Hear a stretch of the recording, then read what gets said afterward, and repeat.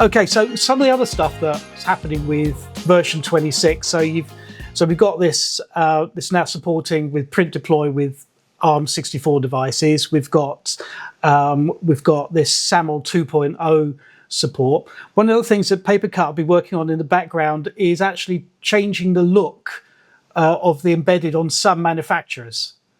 It's not everybody yet, is it? No, so they're going to be rolled out from version 26 going forward. Is that between obviously the partners that know this? Obviously with Hive, the user experience has been slightly different, slightly more modern, slightly a bit more streamlined. They're now going to offer that within version 26 as well, and it'll be a global setting. It's not a setting you can leave it on the traditional if you want to keep it traditional, but it's just a case of within the application, you want to change it, you change the key, and it'll just seamlessly change all the screens across the site. There is also the option of a dark mode, which I use dark mode on everything. We're all a little bit different. Some people keep it on light mode, some people keep it on dark mode, so there is now the preference of that as well. But yeah, that is something that's currently being rolled out. So the partners that do have potentially Hive customers and MF customers, the user experience between the displays will now be the same going forward. So in terms of supporting your customers as well, there's also the advantage of, or if it's Hive, it's going to look like this, so you do it this way. If it's MF, you do it this way, is that they are unifying the way that they both look. Yeah, I actually seen the new black. It's a kind of it is like dark mode on the MFD, isn't it? So it's a black background with green and white. So and it looks really modern and tight. But actually, what's really interesting about it is it's just a change in the colouring. The actual layout of it for most of the manufacturers is exactly the same. Yeah. So if you're used to having your 3 blocks across the screen, it's still got your 3 blocks across the screen. It's in that bright green on a dark background with the white text. But as you say, you can even have it switched. But it is only certain manufacturers. I had a quick look before this call. So at the moment, so as of today's date, it's available on Canon, HP, Sharp, Toshiba, Xerox, Fuji Xerox for those who've still got them, Fujifilms, and Konica Minolta. And I understand that the Ricoh is still in the pipeline because it's a whole new embedded, isn't it? Yeah, so with the Ricohs, there's still some testing going on Ricoh's side, but that's expected to be out in the next release, roughly the end of July. Pencil, a little asterisk with that before anyone takes it for gospel, but yeah, there should be a new Ricoh app, which is going to be a lot faster than the current one as well. Yeah, you've now said the release date. It's been recorded, so you're going to be held to it. So yeah, there is an asterisk there, but yeah, providing all development and testing goes well, yeah, we should be seeing that roughly at the end of this month. And I guess as long as the end user has got valid maintenance and support, they can update to version 26, so they can benefit from this dark mode feature, which is going to be great. And I guess sticking with maintenance and support, M&S, PaperCut are tightening up on M&S now. Yeah, and which is the right thing to do. If you got out of date versions of PaperCut and you've missed out on security updates and features, you're missing out on some of the great new features within PaperCut. And one of the things they're doing right now, Cal, hopefully you can confirm this, is if you're using the scan to cloud or OCR feature within MF and you don't have valid maintenance and support, it's going to stop working. And that has the potential for causing issues for the end user and for the partner. Yeah. In short, yes, it will. But similar to what you just said there, John, I think PaperCut over the years have been very fair in the way that they've approached M&S. Obviously, they allow everything, grace periods and things to carry on running. From version 26, however, so for customers that are on version 26, a message will be displayed stating that obviously M&S has run out, it's going to affect cloud services, so on and so forth. One of the key things with that is and I'm going to repeat it again, for the customers on version 26, any cloud scan action that they have configured will be hidden from the display. The reason for that is rather than the customer sending it off to OneDrive and the job then failing, the customer just won't be able to fail that job. So obviously, when they log a ticket internally, I can't scan to OneDrive. The IT will be aware that obviously, M&S is expired, that's why. The customers that aren't on version 26, obviously 25 and prior, obviously PaperCut can't retrospectively fit that mechanism.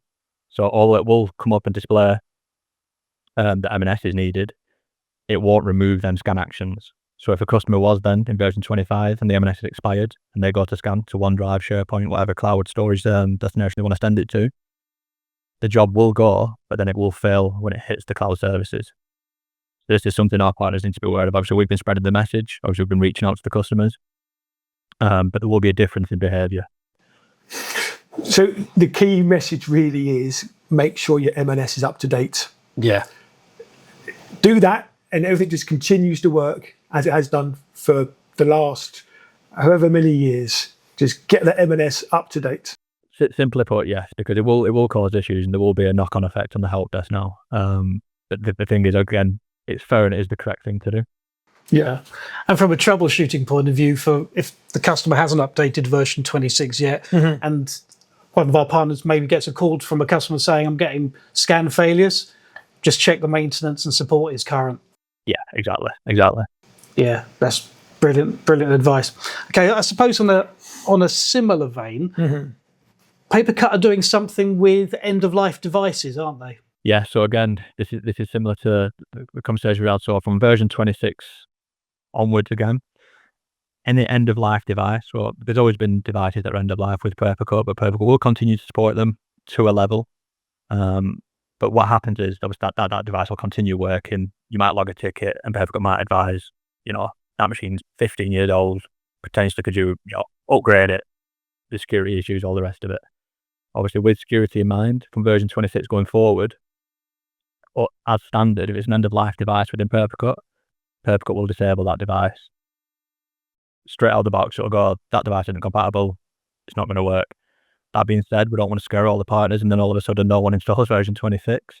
So within the product, there will be a break glass mechanism. So it can go in, but there will be a mandatory liability acknowledgement they have to sign, tick, acknowledge, to say, I'm happy with this device to be connected to version 26. So they can still use it, but they have to go through that process of allowing end-of-life devices to be allowed on the system, which again, we wouldn't recommend.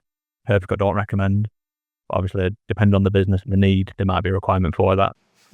Yeah, but I guess it's a great opportunity for the partner to then go back to the end user and look at the upgrade path for that hardware. It won't work on every one, I know, but it's definitely an opportunity for them to go back and look at. It's a good reason to upgrade and replace. Yeah, I was thinking exactly the same thing, John. I think it's a conversation starter, isn't it? I mean, if PaperCut has said that device is end of life, that means the manufacturer has said that device is end of life. Yeah. Yeah, exactly. And there could be multiple reasons. It could be age, it could be security, it could just be compatibility just with the software element. But yeah, as much as we sit here and go, it's end of life, it's common sense. There is obviously a lot of places out there that have the older devices, but as we're saying, it is an opportunity then for the partner to go in and go, it's time to upgrade the device. Yeah, fantastic.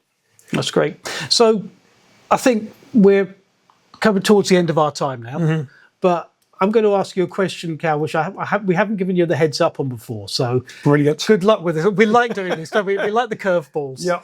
Okay. Yeah. But what I'd like is put your support hat on.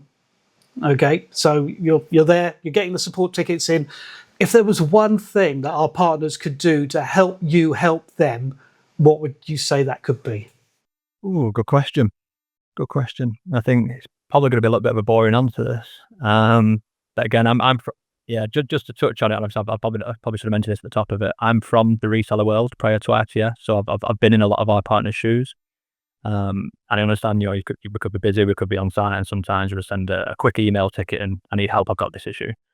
The more information you can give us, and it's a boring one, the more information, the more detail, device models, versions, all the rest of it, the more information you give us, it kickstarts that support process. Rather than us coming back to you having to ask the basic questions, the more you give us, the more we can feed on. If it's a particular complex ticket, we can directly loop in PaperCut from that point as well. But if we don't know them basics, then as I say, it's going to be, just drags that process on. So yeah, the more information you give us, the faster we're going to get the problem resolved. Fantastic.